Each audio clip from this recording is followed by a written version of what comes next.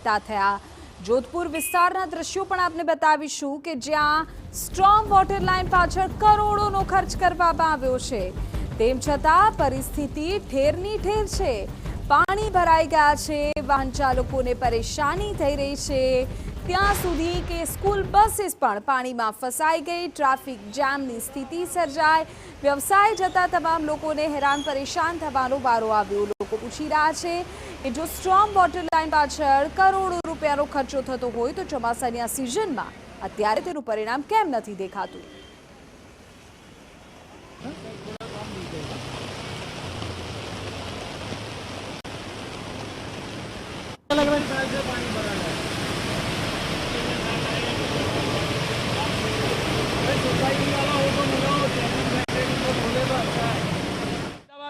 सामान्य वरसाद आवे तो सामान्य वरसाद में पण नागरिकोना हाल बेहाल थई जता होय छे। जोधपुरना आ दृश्यो छे। जोधपुर वोर्ड में आरसीसी रोड बनाववामां आव्यो, साथे स्ट्रोम वोटर लाइन नाखवामां आवी, परंतु तेम छतां जे विस्तारनी हालत छे ते दयनीय छे। घूंटणसमा पाणी भराता होय छे, वाहन चालको हैरान परेशान थता होय छे। सामान्य वरसाद वरसी रह्यो छे छेल्ला केटलाय समयथी, परंतु तेम छतां जे पाणी भरायेला जोवा मळी रह्या छे ते खूब ज चिंताजनक गणी शकाय।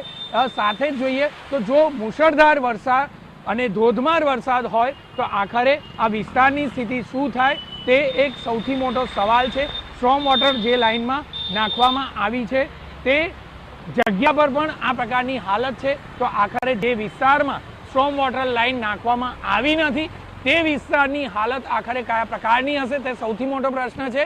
1000 करोड़थी वधु रूपियानो खर्च वरसादी पाणीना निकाल माटे स्ट्रोम वोटर लाइन पाछळ करवामां आव्यो छे, परंतु तेम छतां एवा तमाम विस्तारोमां वरसादी पाणी भराय छे के जे विस्तारोनी अंदर कही शकाय के पाणी भराता आव्या छे अने तेमां कोई सुधारो नथी।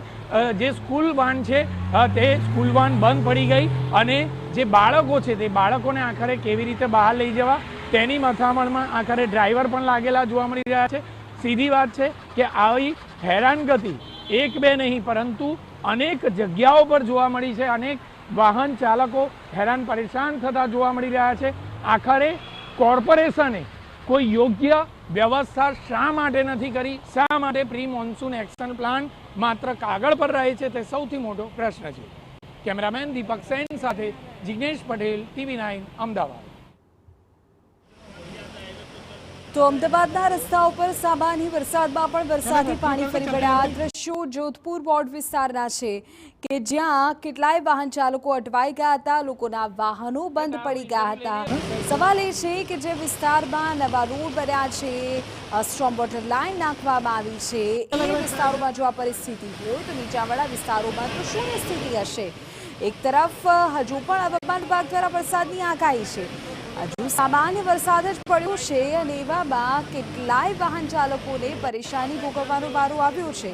સવારે ઓફિસ જવાનો લોકોનો આ સમય છે, કામ ધંધે જવાનો સમય છે અને એવામાં અમદાવાદના રસ્તાઓ પર ટ્રાફિક જામના દ્રશ્યો સામે આવ્યા હતા।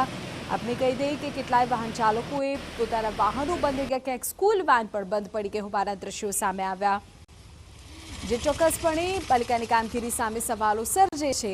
સાથે સાથે લોકોની જે વર્તમાન સ્થિતિ છે એ પણ અહીં જતી થાય છે કે સામાન્ય વરસાદમાં જ અમદાવાદ જેવા મેટ્રો સિટીના આ હાલ હોય તો પછી અન્ય વિસ્તારોની તો શું વાત કરવી। ઉલ્લેખનીય છે કે હવામાન વિભાગ દ્વારા હજુ પણ વરસાદની આગાહી છે, ત્યારે જો જે પ્રકારની આગાહી છે તે અનુસાર ભારે વરસાદ પડ્યો તો પછી અમદાવાદીઓના હાલ કેવા થશે। અત્યારે તો અમદાવાદના અનેક વિસ્તારો એવા છે કે જ્યાં વરસાદી પાણીનો ભરાવો થઈ ગયો છે, વાહન ચાલકો અટવાઈ ગયા છે, ટ્રાફિક જામના દ્રશ્યો સર્જાયા છે, લોકો પોતાના નિયત સ્થળે નિયત સમયે પહોંચી શકે તેવી સ્થિતિમાં નથી, કારણ કે જ્યાં જુઓ ત્યાં પાણીનો ભરાવો છે।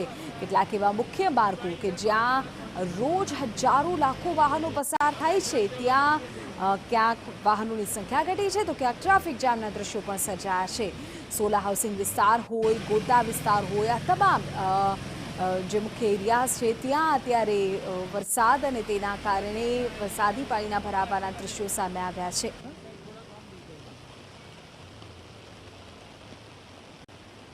નરેન્દ્ર રાઠોડ અમારા સંવાદદાતા વધુ જાણકારી સાથે આપણી સાથે ત્યાં જોડાઈ ગયા છે। નરેન્દ્ર, કયા વિસ્તારમાં તમે ઉપસ્થિત છો? શું સ્થિતિ છે? સામાન્ય વરસાદમાં જ અમદાવાદીઓના હાલ બેહાલ થઈ ગયા છે।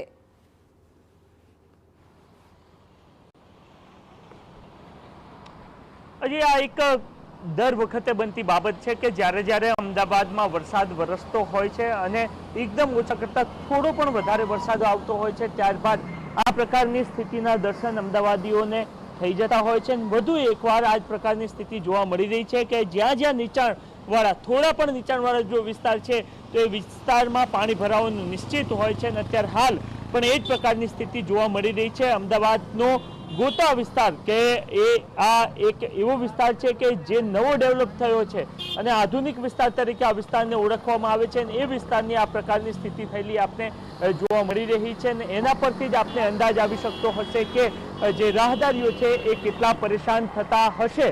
મહત્વનું છે કે મહાનગરપાલિકા દ્વારા એક વિશેષ એક્શન પ્લાન તૈયાર કરવામાં આવતો હોય છે। એ એક્શન પ્લાનમાં જ્યારે ચોમાસું ચાલતું અથવા તો ચોમાસાની શરૂઆત થાય એ પૂર્વે નીચાણવાળા વિસ્તારોમાં પાણી ના ભરાય એના માટેની વિશેષ વ્યવસ્થા કરવામાં આવતી હોય છે, પરંતુ જ્યારે વરસાદ વરસતો હોય છે ત્યારબાદ આ પ્રકારના પાણી ભરાવા સામાન્ય બાબત બનતી હોય છે। સ્થાનિકો આપણી સાથે છે, એમની સાથે વાતચીત કરીએ કે તેઓ શું કહી રહ્યા છે। કાકા, દર વખતની સ્થિતિ છે કે આ વખતે જ આ પ્રકારની જોવા મળે છે? ના, ઘણા સમયથી આની આ પરિસ્થિતિ છે કે લગભગ થોડો ઘણો વરસાદ આવે પણ તોય વરસાદ પાણી ભરાઈ રહે છે, એનું કોઈ નિવારણ નથી મ્યુનિસિપાલિટીનો। પરંતુ ડ્રેનેજ લાઈન નવી નાખી છે એવી વાત છે ને અહીંયા તો? એ નવી નાખી પણ કોઈ હજીનો કોઈ પાણી જવાનો નિકાલ થયો જ નથી। તો તમારા સ્થાનિક કોર્પોરેટરો અથવા તો જનપ્રતિનિધિઓ શું કરી રહ્યા છે? એમને બહુ વારંવાર કહેવાથી પણ કોઈ સાંભળતું નથી અમારા એરિયામાં ગોતા વોર્ડની અંદર। ગોતા તો આધુનિક વિસ્તાર છે ને એવું કહે છે કે નવો બન્યો છે, સ્માર્ટ રસ્તાઓ ને બધું છે। અમને તો કંઈ દેખાતું નહીં અહીં તો કોઈ સ્માર્ટ, એનું એ જ પરિસ્થિતિ છે ગોતાની અંદર।